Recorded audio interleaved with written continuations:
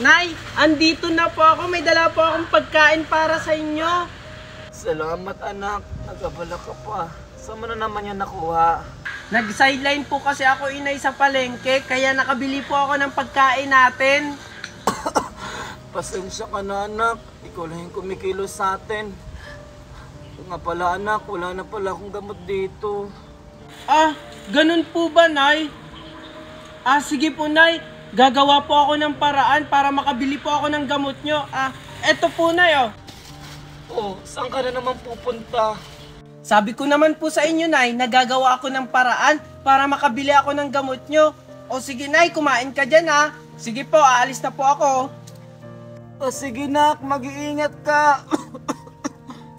Ano kayang gagawin ko para makabili ako ng gamot ni Inay? Mukhang mayaman to, ah.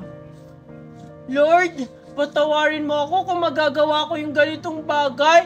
Kailangan ko lang kasing bumili ng gamot ni Inay. Ay! Sorry po! Ikaw bata ka, magdahan-dahan ka. Ah, sorry po. Hindi ko po kasi sinasadya. Nagmamadali po kasi ako. O sige po, alis na po ako.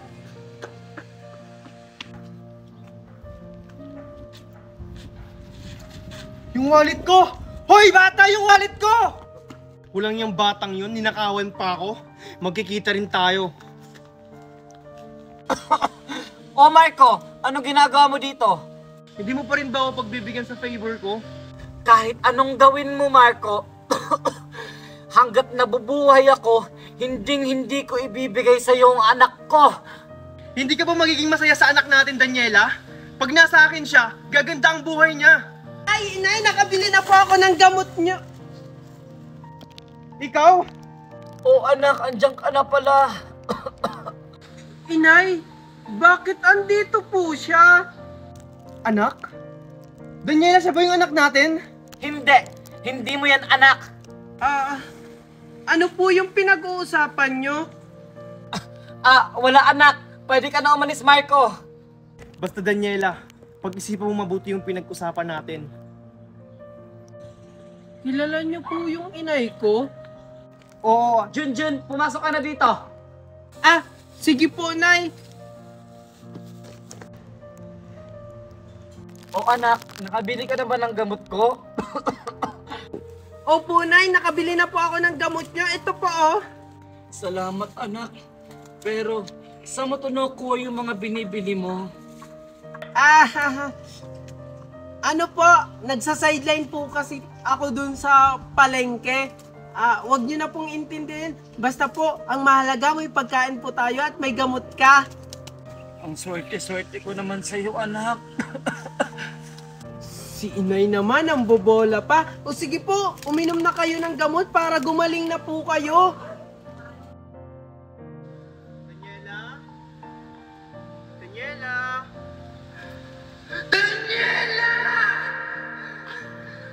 Daniela! Daniela!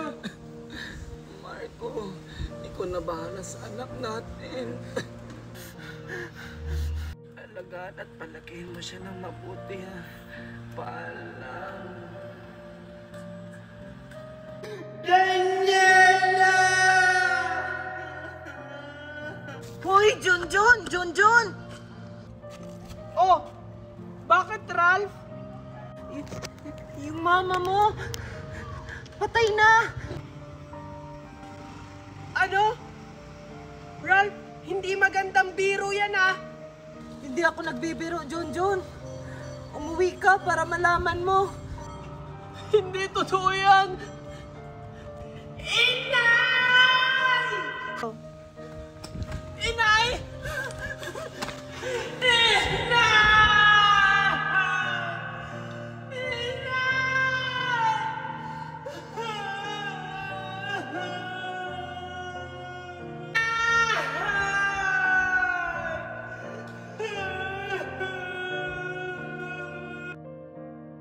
Junjun?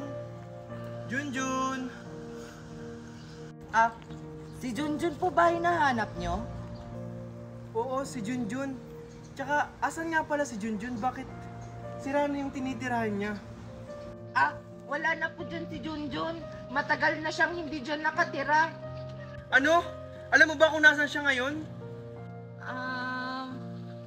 Palagi ko po siyang nakikita sa palengke. Palaboy-laboy siya ngayon doon. Ah, ganun ba? Sige, salamat. Saan ko kaya makikita si Junjun? Teka, si Junjun ba yun? Junjun? Huwag niyo po akong ipapapulis. Babayaran ko na lang po yung dinukot ko sa inyo. Ay, hindi Junjun. May gusto lang akong sabihin sa'yo. Ano po pala yun? Junjun, huwag ka sanang mabibigla ha. Ako yung tunay mong ama. Ha? Bakit ngayon lang po kayo nagpakilala sa akin? Junjun, ayaw kasi ng nanay mo na maihiwalay ka sa kanya. Pero, bago siya mawala, inabilin ka niya sa akin.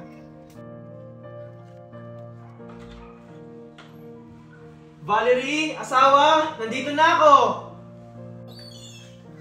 Oh, Han! Andiyan ka na pala. Sakto, bagong ligo ko ngayon. Wow, ang ganda mo naman, asawa. Nga pala, asan si Megan? Siguro nasa kwarto niya. Megan! Tawag ka ng daddy mo! Daddy! Daddy! Andito ka na pala! Bakit po? Megan, excited ka na ba? Di ba gusto mo ng bagong kapatid? Talaga po, Daddy? Buntis na po si Mami! Hi, Megan! Hindi ako buntis, no? Teka, Marco, ano na ang pinagsasabi mo? Valerie, nakita ko na yung anak ko kay Daniela. Kaya Megan, may kapatid ka na. Ano po? Ano? Dadalhin mo yan dito? Hindi ka naman nahiya sa anak mo? Akala ko ba, Valerie, magiging masaya ka? Pag nakuha ko yung anak ko kay Daniela. Wala akong sinabi. At saka, may relasyon pa rin ba kayo ni Daniela? Wala na, Valerie. Dahil patay na siya. Kaya nga kinuha ko yung anak ko sa kanya eh. Daddy? May anak ka pala sa labas? Oo, Megan. Kasama ko na nga siya ngayon eh. Ano? Tara, Junjun, pumasok ka. Ipapakilala kita sa bago mong pamilya. Ew! Kadiri naman yung Daddy! Para siyang pulubi! Ang dungis-dungis niya! Ano ba, Megan? Nakakahiya kay Junjun, oh. Junjun, magpasensyahan mo na yung anak ko, ah. Baka siguro naninibago lang yun. Bahala ka nga dyan, Marco. Magbibihis na ako. Nakakatakot naman po sila. Ang susungit nila. Hindi, Junjun. Mababait yan mga yan. Baka siguro naninibago lang sila. Lalo na yung kapatid mo, si Megan. Mabait yun. Ganun po ba? Oo. Maligo ka na, Junjun, para maging fresh ka na. Yaya! Yaya! Bakit po, Sir Marco? Paliguan mo nga to si Junjun. Junjun, yan yung yaya natin. Sige po, Sir Marco. Junjun, halika na. Maliligo ka na. O Junjun, sumunod ka na. Sige po.